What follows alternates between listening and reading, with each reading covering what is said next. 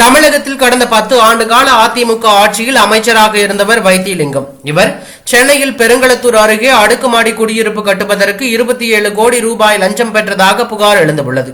அந்த புகாரில் கடந்த 2015 முதல் 2016 காலகட்டத்தில் பிரபல நிறுவனத்தின் 57 ஏக்கர் நிலத்தில் அடுக்குமாடி குடியிருப்பு கட்டுவதற்கு திட்ட அனுமதிக்கு அமைச்சராக இருந்த வைத்திலிங்கம் லஞ்சம் பெற்றுள்ளதாக புகார் எழுந்ததை அடுத்து பெரும் பரபரப்பு ஏற்பட்டது.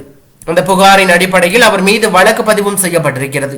அத்துடன் வைத்திலிங்கத்தின் மகன்கள், மாநகராட்சி அதிகாரிகள் உட்பட 11 பேர் மீது வழக்கு பதிவும் செய்யப்பட்டுள்ளது. அவர்களிடம் தமிழக லஞ்ச ஒழிப்புத்துறை போலீசார் தொடர்ந்து விசாரணை மேற்கொண்டு வருகிறார்கள்.